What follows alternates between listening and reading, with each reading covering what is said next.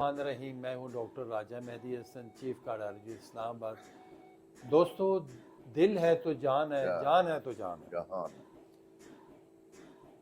یہاں پہ اسلام آباد ہم ڈاکٹر مہدی ہارٹ سینٹر کے اوپر دو قسم کے ہم یہاں پہ ٹریٹمنٹ جو بغیر آپریشن کے، بغیر سرجری کے، بغیر مریض کو بے ہوش کیے ہم کر رہے ہیں۔ ایک ہے EECP تھراپی، یعنی انہینسڈ ایکسٹرنل کاؤنٹر پلسیشن، اور دوسرا ہم کرتے ہیں آرٹری کلیئرنس تھراپی، جس کو کیلیشن تھراپی بھی کہتے ہیں اور ڈی ٹاکسیفیکیشن تھراپی بھی کہتے ہیں۔ تو ہمارے پاس جتنے بھی ہارٹ بلاکیجز کے ساتھ لوگ آ رہے ہیں، کسی کی 3 شریانیں بند ہیں، کسی کی 2 بند ہیں، کسی کی 1 بند ہے، اور وہ سمٹومیٹک ہے، یعنی ان کو سینے میں درد ہو رہا ہوتا ہے، گھبراہٹ ہو رہی ہوتی ہے، دھڑکن تیز ہو رہی ہوتی ہے، اور ان لوگوں کو اکثر کو بائی پاس کا کہا گیا ہوتا ہے، اور مریض کسی وجہ سے ریلیکٹنٹ ہوتے ہیں، وہ بائی پاس یا تو خود نہیں کروانا چاہتے یا ان کا ہو نہیں سکتا۔ دونوں صورتوں میں ان کے لیے میں سمجھتا ہوں یہ بہترین ٹریٹمنٹ ہے، بلکہ میں سمجھتا ہوں کہ ان کے لیے یہ ایک معجزے سے کم نہیں ہے۔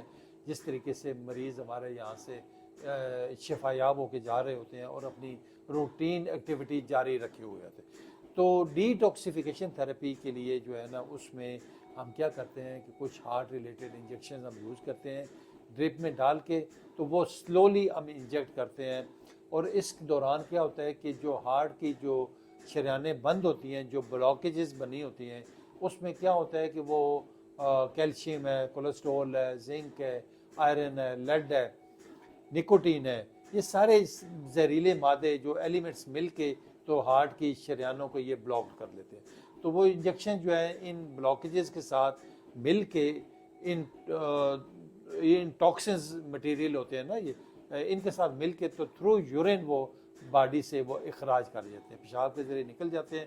اس سے شریانیں آپ کی کھلتی ہیں اور مریض کے سمٹمز جو ہے نا آہستہ آہستہ کم ہو کے وہ ختم ہو جاتے ہیں۔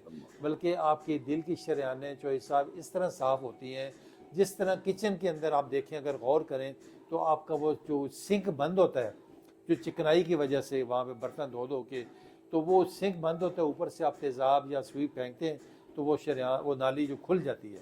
اسی طرح ہمارے دل کی شریانیں بھی اسی طرح کھلتی ہیں۔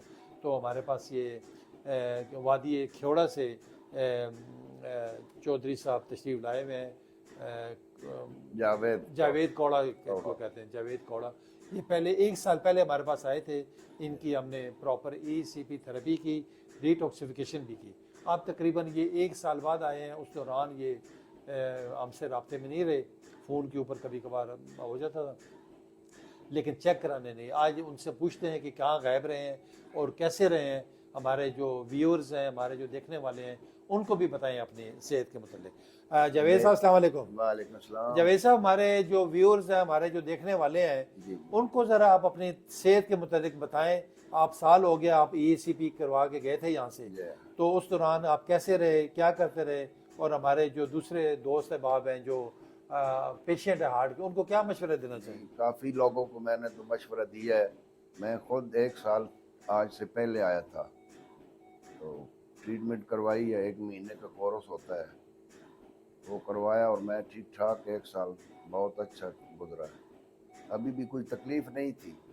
ویسے میں نے سوچا بھائی چلو چیک کرا لیں، ہم چیک کرانے آئے ہیں، A1 ہے، سب کچھ ٹھیک ہے۔